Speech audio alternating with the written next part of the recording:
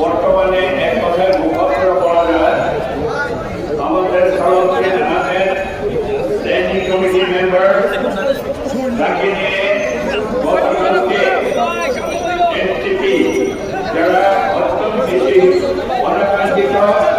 এবং অপ্রত্যাশিত অনভিপ্রেত এবং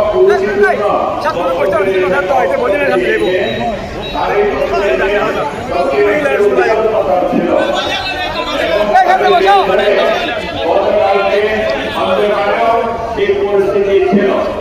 কিন্তু প্রশাসন অত্যন্ত আন্তরিক পাশাপাশি প্রশাসনের ইচ্ছানুভূতির সাথে বান্দরবান বিএনপি পরিবার বান্দরবান বিএনপি দর্শন বান্দরবান বিলের আবহাওয়ার জনসাধারণ যারা আছে সবাই যাচ্ছে বান্দরবান যেটা আমরা শান্তি এবং সমৃদ্ধির প্রতীক হিসেবে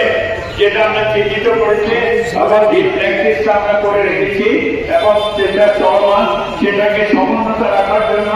আগামীকাল পর্যন্ত এলাকার শান্তিপূর্ণ আমাদের নেতা কর্মীকে কত প্রস্তুতি হবে সেটাকে মেসেজ দেওয়া হয়েছে। তাদের ফলশ্রুতিতে গতকালকে রাতে এসে তারা নিরবচ্ছিন্নভাবে যেন অনুষ্ঠান করে যেতে পারে যার কারণ আমরা অত্যন্ত বেশি প্রশাসনের পাশাপাশি সতর্ক ছিলাম এবং সবচেয়ে বড় কথা হচ্ছে সালাউদ্দিন আহমেদ যিনি বর্তমানে যদি বলি মৃত্যুঞ্জয় শুধু না আমারও ওনার শ্রীলঙ্কা থাকাকালীন বেশ কয়েকবার যাওয়ার সৌভাগ্য হয়েছে পারিবারিকভাবে নিবিড়ভাবে কথা হয়েছে এবং পাশাপাশি এই মুহূর্তে বাংলাদেশের সবচেয়ে বেশি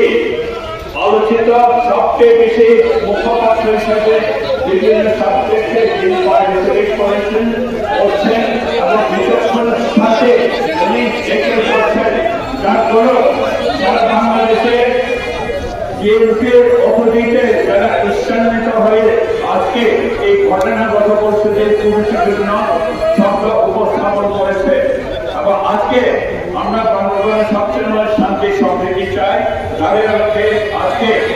আমরা সুন্দরভাবে শান্তিপূর্ণভাবে অনুষ্ঠান করে তার তীব্র প্রতিবাদ জানাচ্ছি এবং নিন্দা জানাচ্ছি। সবচেয়ে যে জিনিসটা আমাদের কাছে সবচেয়ে বেশি